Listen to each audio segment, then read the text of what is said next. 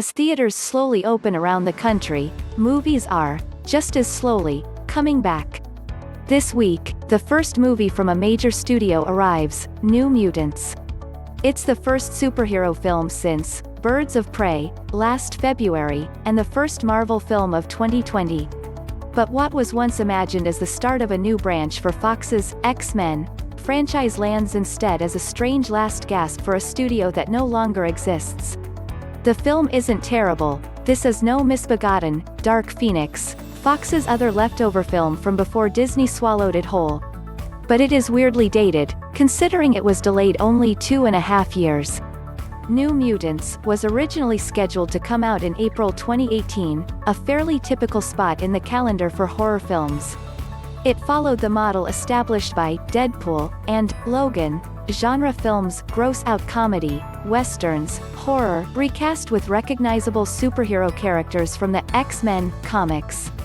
But the film was first pushed back to February 2019 to move it out of the way of Deadpool 2, then tripped up by the Disney-Fox merger talks and finally rescheduled to April. And then the pandemic hit.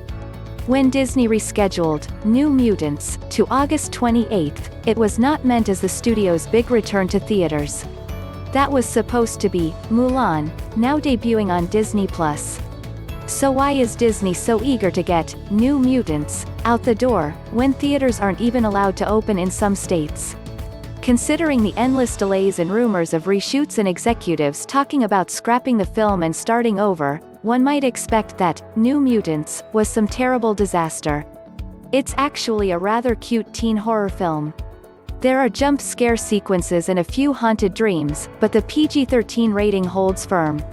In fact, a few years ago, it would have been quite a progressive film. It begins from the perspective of Dani Moonstar, one of the few Native American X-Men characters.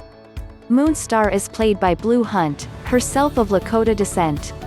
Dani wakens in an abandoned hospital where she meets a group of teens from around the world, all of whom have just manifested their mutant powers for the first time.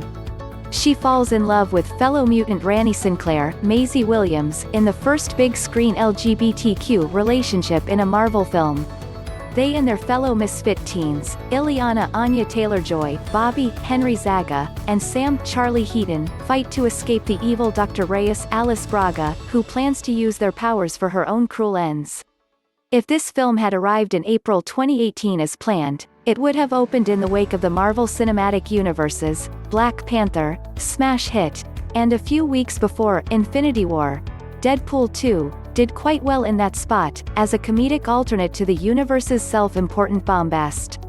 But New Mutants would likely also have done well there, with its diverse boundary pushing contrasting with Disney and the Marvel Cinematic Universe.